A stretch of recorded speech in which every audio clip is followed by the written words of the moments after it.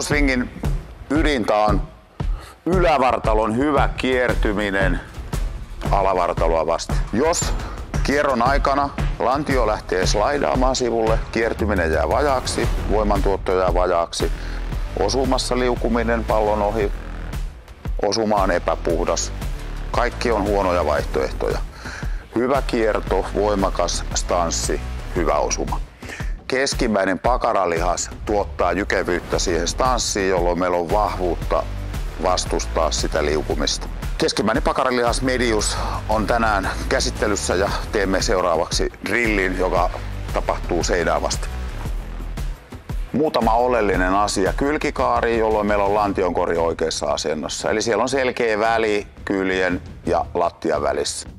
Jalka on suorana, jalkaterä hieman auki. Ja kun me tehdään se sukan kanssa, niin sukka laitetaan kantapään taakse, jolla me painetaan sitä seinää vasten. Eli se paine on tärkeä. Vaikeampi versio on pallon kanssa, jolloin siihen tulee niin sanotusti painoa ja vielä enemmän joutuu painaan sitä jalkaa seinään vasten. Tee se vaikeampi versio vasta, kun se helpompi versio alkaa menee helposti.